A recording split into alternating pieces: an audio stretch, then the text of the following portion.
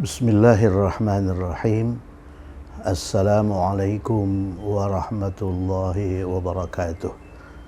Alhamdulillahi rabbil alamin. Wassalatu wassalamu ala ashrafil anbiya'i wal mursalin wa ala alihi wa sahbihi ajma'in. Alhamdulillah, kita sampai di edisi 181. Edisi 181 ini merupakan edisi khusus Qur'ani. Kita akan mengidentifikasi ayat-ayat Al-Quran. Ayat-ayat Al-Quran yang akan kita identifikasi di edisi ini adalah ayat 59 dan 60 Suratul Anbiya. Ini utuh ini, nggak ada yang dipotong. Ayat 59 dan ayat 60 Suratul Anbiya. Kemudian penggal ayat Suratul An'am. Ini potongan ayat ini ya. Penggal ayat Al-A'raf, kemudian penggal ayat Al-Baqarah. Mari kita mulai dari ayat 59 Al-Anbiya. Bismillahirrahmanirrahim. A'udzu billahi minasyaitonir rajim. Qalu man fa'ala hadza bi alihatina innahu laminaz zalimin. Ayat 60. Qalu sami'na fatan yadhkuru yuqalu lahu Ibrahim. Qalu sami'na fatan yadhkuruhum yuqalu lahu Ibrahim. Ya, qalu itu kata kerja lampau. Dia berasal dari qala. Qala, ya kan? Qala ini sudah beberapa kali kita munculkan dalam latihan.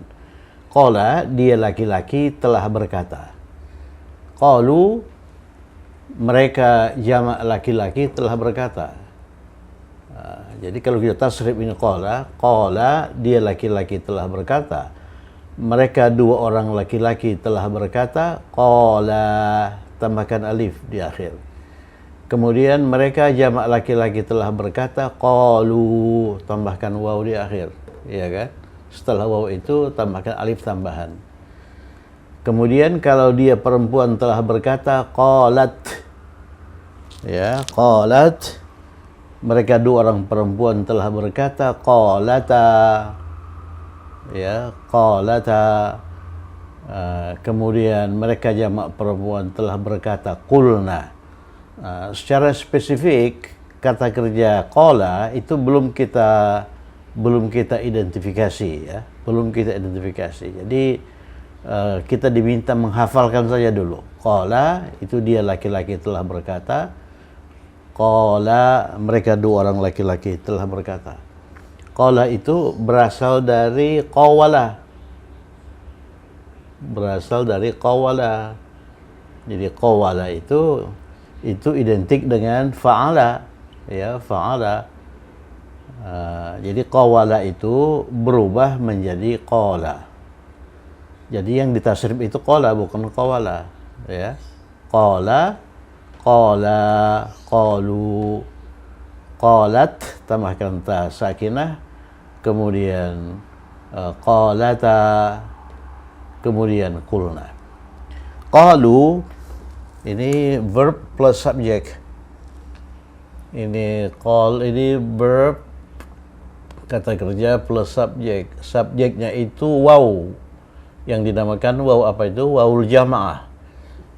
Yang semakna dengan hum. Mereka berkata, apa kata mereka? Mam fa'ala. Mam itu siapa? Man itu kata tanya siapa. Fa'ala melakukan. Jadi fa'ala melakukan. Jadi ini sebetulnya jumlah ismiyah. Man itu mubtada, fa'ala itu khabar, ya. Kemudian kalau kita urai fa'ala ini merupakan jumlah fi'liyah yang terdiri dari verb kata kerja plus subjek. Ya, kata kerja plus subjek. Subjeknya apa? Subjeknya huwa yang tersembunyi di fa'ala. Fa'ala itu melakukan, ya. Fa'ala itu kata kerja lampau. Fa'ala ini melakukan.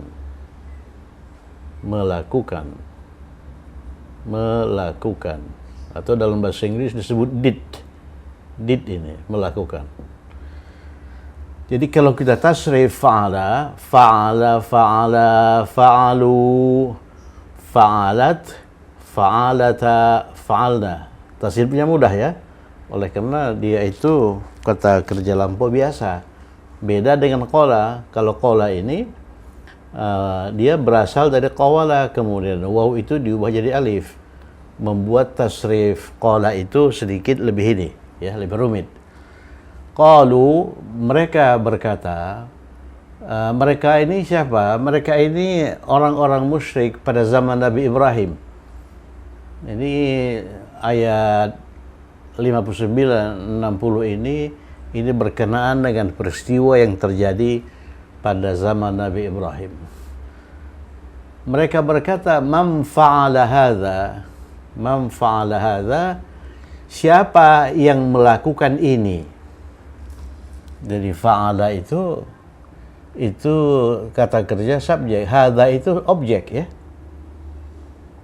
Objek, siapa yang melakukan ini? Bi'alihatina. Bi'alihatina itu merupakan prasa jar majrur yang terdiri dari bi kemudian alihatina. Coba lihat.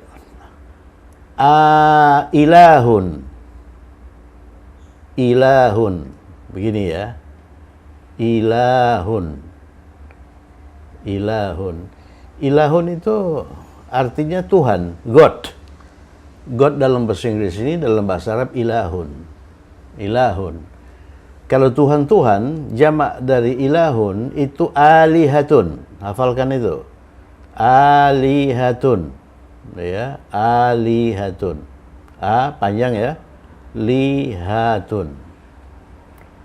Alihatun. Jadi kalau ilahun itu God, maka alihatun itu gods, jamak. Tuhan-Tuhan, ya, Tuhan-Tuhan. Kemudian alihatun. Ini coba lihat, alihatun untuk jamak dari ilahun itu dirangkai dengan kata ganti majrur bersambung na. Kemudian dia menjadi apa?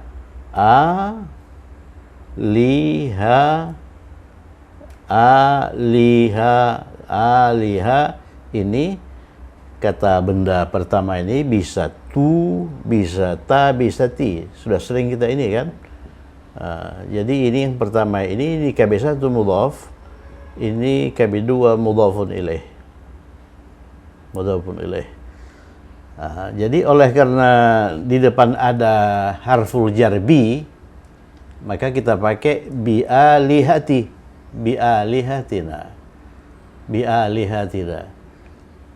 Jadi orang-orang pada waktu itu berkata, siapa yang melakukan ini pada Tuhan-Tuhan kita? Tuhan-Tuhan kita itu artinya berhala-berhala kita. Jadi peristiwanya itu Nabi Ibrahim merusak Tuhan-Tuhan orang-orang musyrik yang ada di sekitarnya pada waktu itu. Jadi dia potong ininya, dia potong lehernya, dia hancurkan mukanya dan sebagainya.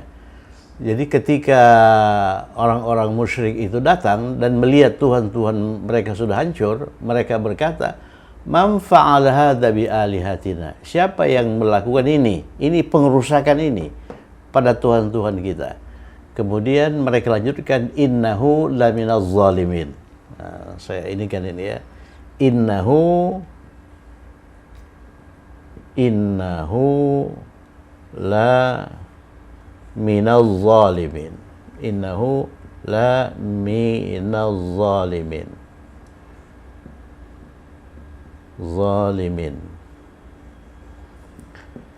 Zalimin itu bentuk jamak dari zalim. Zalim. Zalimun, zalimun, zalimun, zalimani, jamaknya zalimuna, jamak muzakkar salim. Zalimuna. Apa zalim itu orang yang zalim. Zalimuna orang-orang yang zalim. Ya, orang-orang yang merusak, perusak itu zalim. Kemudian kalau dia dalam posisi mansub atau majrur, kita gunakan zalimina, kan itu kan jamak mudzakkar salim itu. Zalimina. Ini jamak mudzakkar salim marfu dengan waw, kemudian mansub atau majrur dengan ya, orang-orang yang zalim. Asalnya itu jumlah ismiyah huwa, ini mubtadanya, huwa mubtada, minaz zalimin, wa minaz zalimin, zalimin, zalimin, zalimina. Coba kita lihat sedikit mengenai min ini. Min itu kan harful jar atau preposition yang artinya dari. Kalau min itu diikuti oleh tempat, dia menunjukkan arah ya. Misalnya mim Makkah, dari Makkah ya, atau dia menunjukkan asal usul mim Makkah. Tapi kalau min itu diikuti oleh sekelompok orang, ini az-zalimin, ini kan kata benda jamak ini, dia menunjukkan sekelompok orang yang zalim, maka min itu mengandung makna termasuk.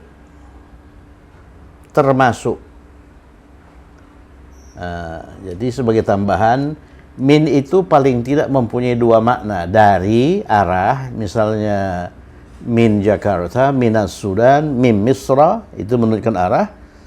Tapi kalau dia diikuti oleh sekelompok orang, dia mengandung makna termasuk. Jadi huwa minaz zalimin, dia termasuk orang-orang yang zalim. Dia termasuk orang-orang yang zalim. Huwa minaz zalimin. Nah, ini jumlah ismiyah.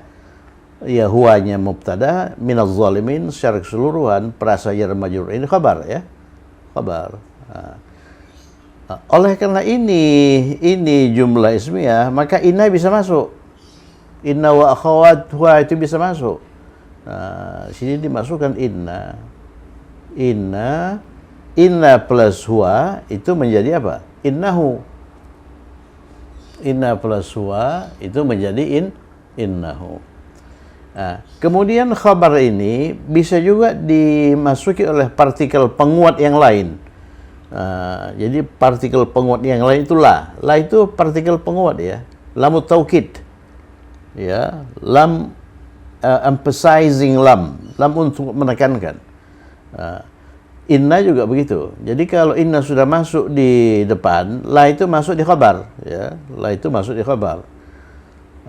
Kemudian inna itu menjadikan kata benda yang dimasukinya itu mansub. Jadi kalau sebelumnya huwa la minaz zalimin, begitu masuk inna tidak boleh inna huwa. Jadi harus innahu. Huwa itu berubah menjadi mansub. Bentuk mansub dari huwa itu kan hu. Mansub bersambung. Innahu minaz zalimin. Tetapi la ini itu tidak seperti inna. Ya. Jadi dia tidak mempengaruhi i'rab kata yang dia masuki atau kelompok kata yang dia masuki. Ya. Jadi dia tinggal masuk saja. Jadi kalau sebelumnya minaz zalimin, dia masuk la minaz zalimin. Seperti innal insana, sesungguhnya manusia itu lafi khusrin. Lafi khusrin, dalam kerugian, ya. Jadi innahu la minaz zalimin, sesungguhnya dia termasuk orang-orang yang zalim. Dia itu siapa? Dia itu yang merusak, yang memotong-motong, yang menghancurkan berhala-berhala mereka itu. Nah, itu dia bilang itu termasuk orang-orang yang zalim, orang yang perusak. Itu harus kita singkirkan, kira-kira seperti itu. Qalu man fa'ala hadza, mereka berkata, siapa yang melakukan ini? Ini itu apa? Ini pengerusakan ini pada Tuhan-Tuhan kita, bi alihatina. innahu laminaz zalimin. Sesungguhnya dia perusa itu pastilah termasuk orang-orang yang zalim.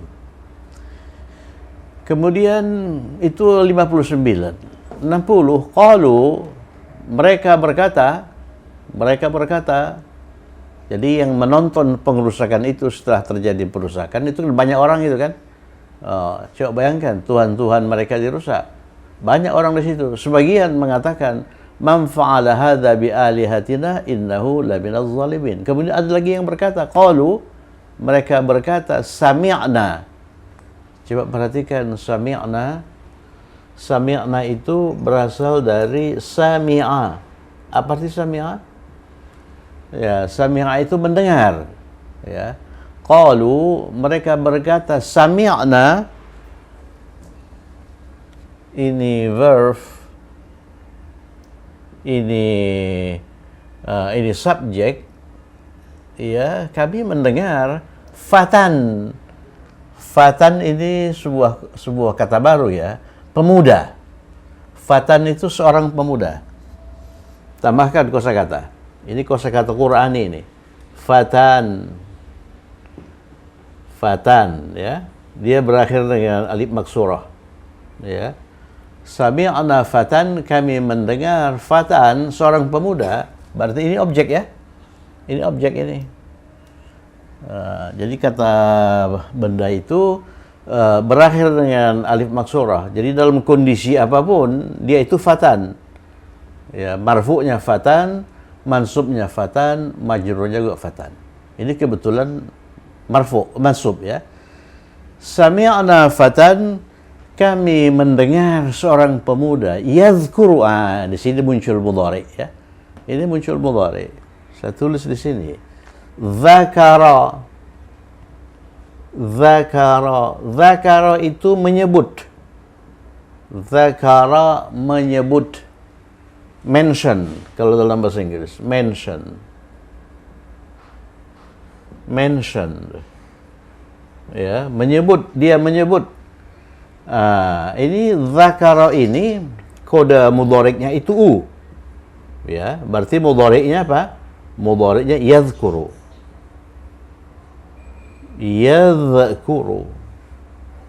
Yadhkuru. Jadi dia mengandung makna menyebut atau mengingat. Yadhkuru. Jadi kalau kita tasrif dzakara, dzakaru,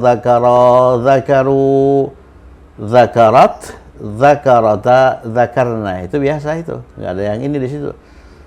Kemudian dzakarta, dzakartuma, dzakartum, dzakarti, dzakartuma, dzakartunna, dzakartu, dzakarna.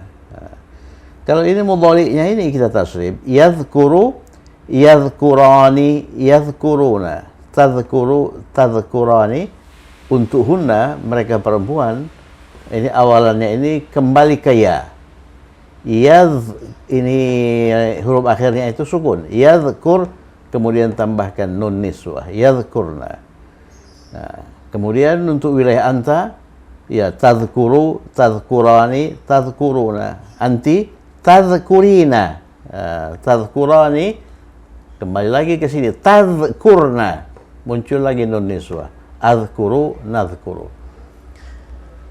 Yadhkuruhum. Kalau kita lihat yadhkuruhum, yadhkuru itu dia menyebut. Dia menyebut. Berarti ini kata kerja. Kata kerja kemudian diikuti oleh subjek. Subjeknya itu apa? Subjeknya itu huwa. Huwa itu mana? Tersembunyi di yadhkuru. Kemudian diikuti lagi oleh hum. Hum itu objek. Objek. Ya. Jadi qalu, sebagian berkata, sami'na, kami mendengar ada fatan, seorang pemuda, yadhkuruhum, dia menyebut hum. Jadi dia ini siapa? Dia ini fatan ini. Fatan ini menyebut hum. Hum itu siapa? Hum itu Tuhan-Tuhan mereka itu. Atau berhala-berhala mereka itu, ya. Jadi menyebut di sini mengandung makna menghina. Jadi sebagian dari mereka berkata mendengar seorang pemuda yang menghina, menyebut-nyebut itu menghina. menghina Tuhan-Tuhan mereka itu, yuqalu lahu Ibrahimu. Ini yuqalu lahu Ibrahimu. Sebentar. Belum kita pelajari itu yuqalu itu. Yaqulu, sini sebut ya. Yaqulu, mana tadi yaqulu? Yaqulu itu mudhari' dari qala. Yaqulu ini fi'il mudhari'. Fi'il mudhari' ya. Dia berkata. Dia laki-laki ya. Dia laki-laki sedang atau akan atau setiap saat berkata. Kalau qala, dia telah berkata. Kemudian ini nanti kalau kita ubah ke dalam bentuk pasif, dia menjadi yuqalu. Yuqalu. Yuqalu. Yuqalu itu pasif dari yaqulu. Jadi dia ya laki-laki dikatakan.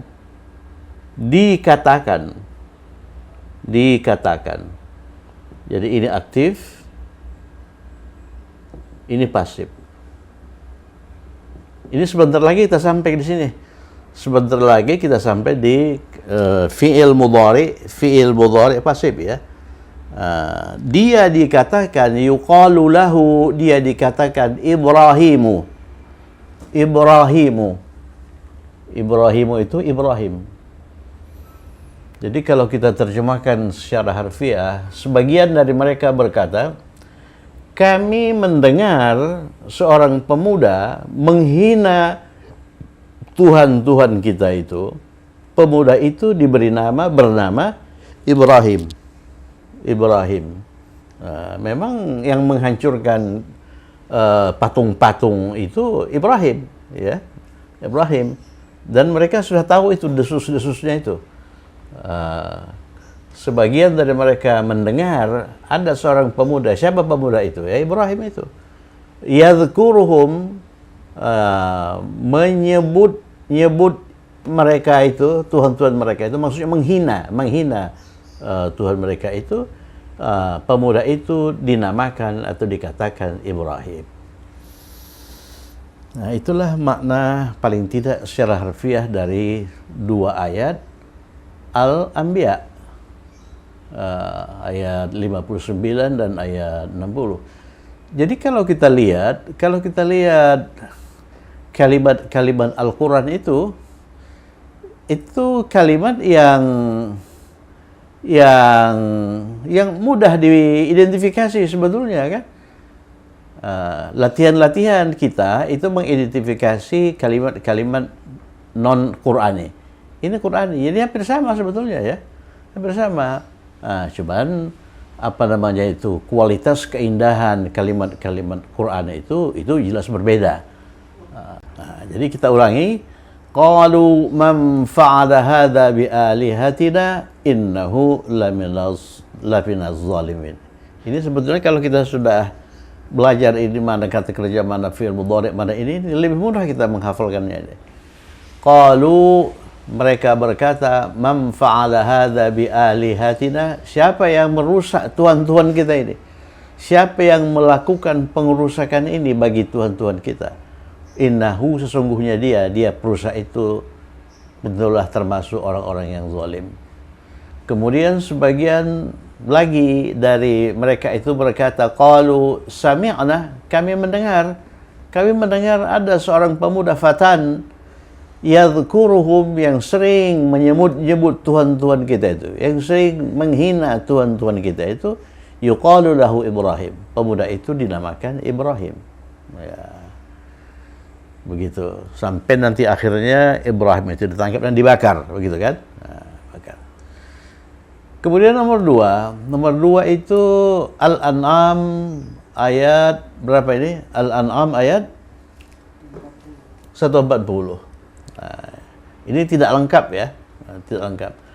Qad khasira alladhina qatalu awladahum, ya. Khasira itu kata kerja. Saya tulis di sini. Khasira, khasira itu kata kerja yang artinya rugi.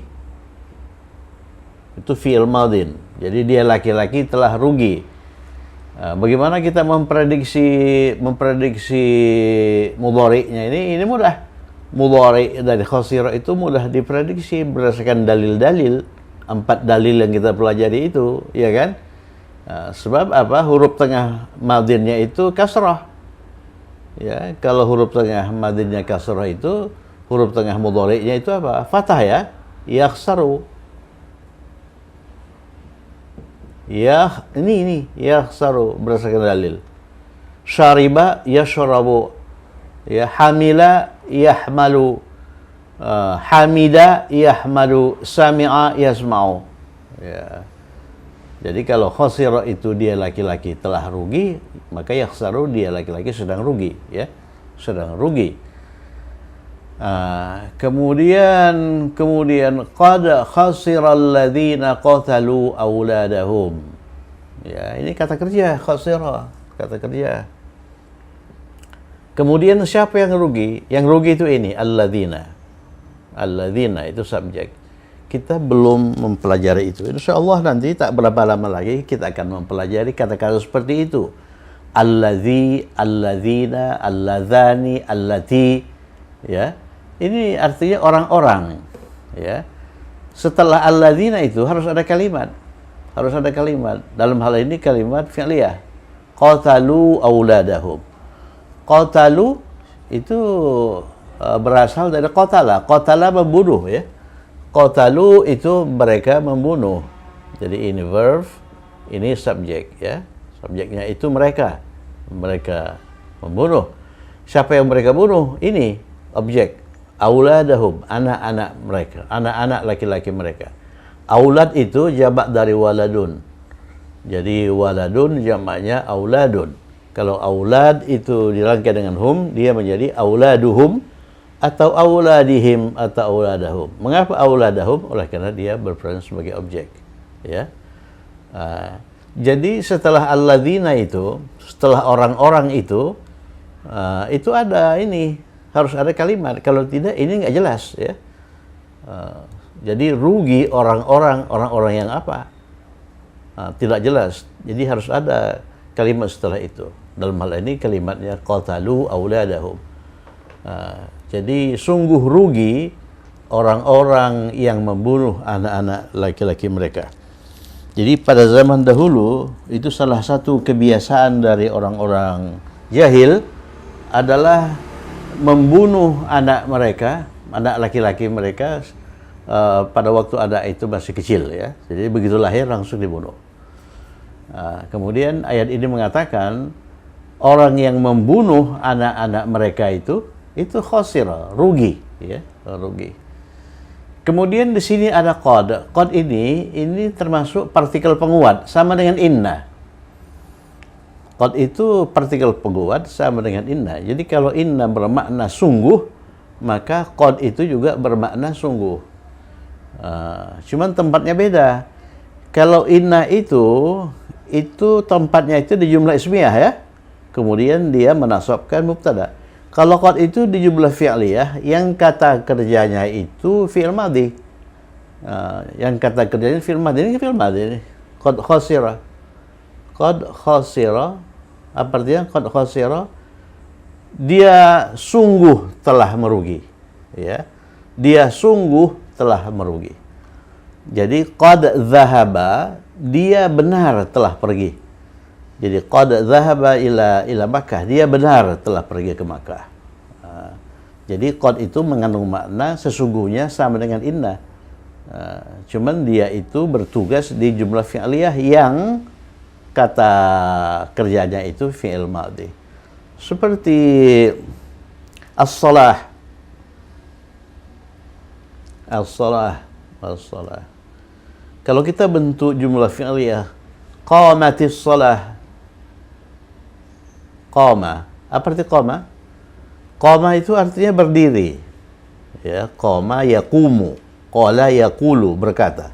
Qama artinya berdiri. Jadi kalau kita bentuk jumlah fi'liyah, ini as-shalah telah berdiri. Ini subjek, ini verb ya. Qamat as-shalah, ini qamat. Ya, mengapa qamat? Oleh karena subjeknya itu perempuan. Kalau ini sukun itu ketemu alif lam, maka ubahlah sukun itu menjadi kasrah ya. Qamatis shalah. Qamatis shalah artinya salat telah berdiri, atau waktu salat telah masuk. Ya, waktu salat telah masuk. Ayo kita salat. Ya, waktu salat telah masuk. Kemudian untuk menguatkan itu di sini kita munculkan qad. Itulah iqamah itu. Qad qamatis salatu, qad qamatis salah. Jadi sesungguhnya waktu salat telah masuk ya. Qad qamatis salatu, qad qamatis salah. Kalau diulang 2 kali. Itu juga terjadi di sini. Qad khasiral ladzina qatalu auladahum. Sungguh rugi. Siapa yang rugi? Orang-orang yang bagaimana? Orang-orang yang qatalu auladahum, yang membunuh anak laki-laki mereka. Kemudian berikutnya Al-A'raf 38. Ya, jadi sebelum ini ada penggal ayat, setelah ini juga ada penggal ayat. Jadi ini ayat ini yang kita identifikasi ini itu muncul di tengah-tengah ayat. Kullama dakhalat ummatun la'anat ukhtaha. Itu kalimat majmu' ya. Kulla itu apa? Kulla yaumin, setiap hari. Kulla sabahin, setiap pagi. Kalau kullama itu setiap waktu. Setiap waktu dakhalat ummatun. Masih ingat dakhala? Dakhala itu masuk ya. Dakhala itu masuk. Dakhala itu masuk. Apa mudhari' dari dakhala? Ya, apa mudhari' dari dakhala? Coba lihat huruf kedua dan huruf ketiga. Ada kha. Kha itu termasuk 6 huruf kerongkongan. Oleh karena itu mudhari'nya itu a ya. Yadkhalu. Begitu kan? Yadkhalu. Tapi tidak. Mudhari' dari dakhala bukan yadkhalu tapi yadkhulu. Ini pengecualian. Karena ada 3 pengecualian itu yang kita pelajari kemarin. Mudhari' dari dakhala yadkhulu, bukan yadkhalu. Ini fi'il madin ya. Ini fi'il madin. Ini fa'il, ini pelaku. Fa'il atau verb ya, atau subjek. Ini verb. Setiap kali masuk satu umat, jadi yang masuk itu siapa? Yang masuk itu ummah. Kemudian mengapa fi'il madhi yang digunakan dakhalat? Ya, dakhalat. Oleh karena ummah itu perempuan kan, dia bertamar mudhaf. Ummatun itu perempuan. Jadi apabila subjeknya perempuan, maka gunakanlah dakhalat. Kalau laki-laki gunakan dakhala, kan itu. Ya. Kalau fi'ilnya ini mudhari', apabila subjeknya itu perempuan digunakan tadkhulu. Kalau laki-laki yadkhulu. Ya, setiap kali satu umat masuk, yang masuk ke sini, masuk ke dalam neraka. Ya, masuk ke dalam neraka. Kemudian apa yang terjadi kalau setiap kali masuk ke dalam neraka? La'anat. Dia melaknat. Coba lihat la'ana, tambah lagi kosakata ya. La'ana itu melaknat. Kemudian huruf keduanya itu termasuk salah satu dari huruf kerongkongan ya, guttural letters. Oleh karena itu mudhari'nya ini yal'anu. Memang benar, mudhari' dari la'ana itu yal'anu. Ya, jadi ini fi'il juga, ini juga fi'il, ini juga fa'il ya. Ini fa'il kata ganti, ini objek. Jadi kullama dakhalat ummah, setiap kali satu umat masuk ke dalam neraka, maka dia melaknat ukhtaha. Ukhtaha itu saudara perempuannya. Ini saudara perempuannya. Ini objek ya, objek. Jadi setiap kali satu umat masuk ke dalam neraka, dia menyesal, kemudian dia melaknat saudara perempuannya yang menyebabkannya masuk ke dalam neraka itu. Jadi dia masuk ke dalam neraka itu bukan atas inisiatif sendiri, tapi dipengaruhi oleh teman perempuannya, ukhtaha. Jadi yang biasa mempengaruhi kita untuk melakukan satu keburukan itu saudara perempuan ya. Di sini saudara perempuan. Jadi setiap kali satu umat masuk ke dalam neraka, maka dia itu melaknat saudaranya yang membuatnya masuk ke dalam neraka itu. Oke, nomor 4 terakhir.